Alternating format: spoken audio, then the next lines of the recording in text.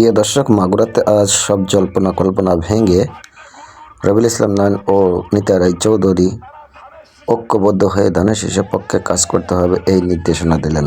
প্রকৃতভাবে ভালোবাসেন তারা ঘরে ঘরে গিয়ে মা বোনদেরকে বুঝাবেন, আপনাদের বোনদেরকে বুঝাবেন, আপনার বউকে বুঝানোর জন্য তার জাদের কাছে পাঠিয়ে দেবেন। তুমি তোমার জারে রেডি করো, তুমি তোমার বান্ধবীরা রেডি করো। এটা না হলে নির্বাচনে আমরা জয়লাভ করা মুশকিল হয়ে যাবে। ষড়যন্ত্রকারীদেরকে দাদা কোন নির্বাচনে দেখছেন জামাতালারা তোড়জোড় আছে? ওদের ভিতরে কোন তোড়জোড় নাই, ওদের ভিতরে আছে ষড়যন্ত্র, নীল নকশা।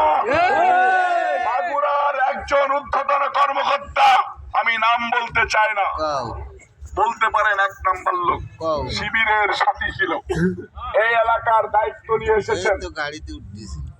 একদম স্পষ্ট বলতেছি, উনি যদি বিভিন্ন ভাবে জামাতারাদেরকে প্যাট্রোনাইজ করে ভোট কেন্দ্র দখল এবং ভোটকে এদিক ওদিক করার ষড়যন্ত্র করে, রক্তের বন্যা বয়ে যাবে, জীবন চলে যাবে, তবু হতে দেব না। আপনারা আমার সাথে থাকবেন না ভাই? আপনারা একজন একজন করে রবিউল ইসলাম নয়ন হবেন না? আপনারা নিতাই রায়চৌধুরী হবেন না? তারেক রহমান হবেন না? তারেক রহমান সাহেবকে প্রধানমন্ত্রী বানাইতে হলে এই যে নিতাই রায়চৌধুরী, কত সমালোচনা করছি ওনার বিরুদ্ধে, ওনার গুণের কথা তো বলি নাই। যার নেগেটিভ সাইড বলেছি তার পজিটিভ সাইডও তো আছে।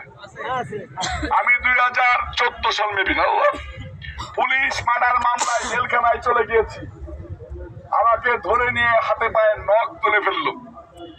সকালবেলা গারদে আমার সাথে কেউ দেখা করতে যাইতে পারে না, দেখা করতে গেলে 30-34 জন গ্রেপ্তার হয়ে গেছে। দেখি দাদা গারদে কিভাবে আসলেন দাদা? আমি তো মন্ত্রী ছিলাম, বলার সাথে সাথে ঢুকে গেছে। একজন লোক সকালবেলা একজন আসামিকে দেখতে চলে গেল, ভালো গুণ না? যখন গুলিবিদ্ধ অবস্থায় হসপিটালের বেডে দাদা নিতাই রায়চৌধুরী চলে গেছে, যাই বললো ধৈর্য ধরো, কিছু হবে না, আল্লাহর উপর ভরসা রাখো।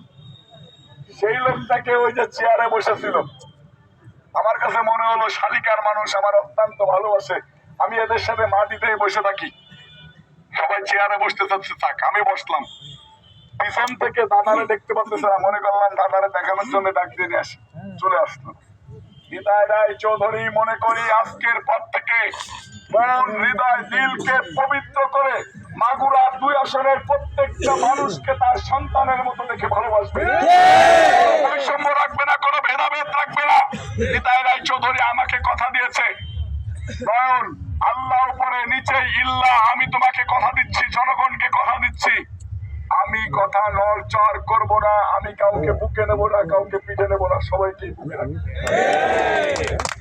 তারা নিজেদের ভিতরে যদি কোনো হিংসা বিদ্বেষ থাকে সেইগুলা ভুলে প্রার্থী নয়, ধানের শীষকে দেখে ধানের শীষকে জিতানোর জন্য ঐক্যবদ্ধ হবেন।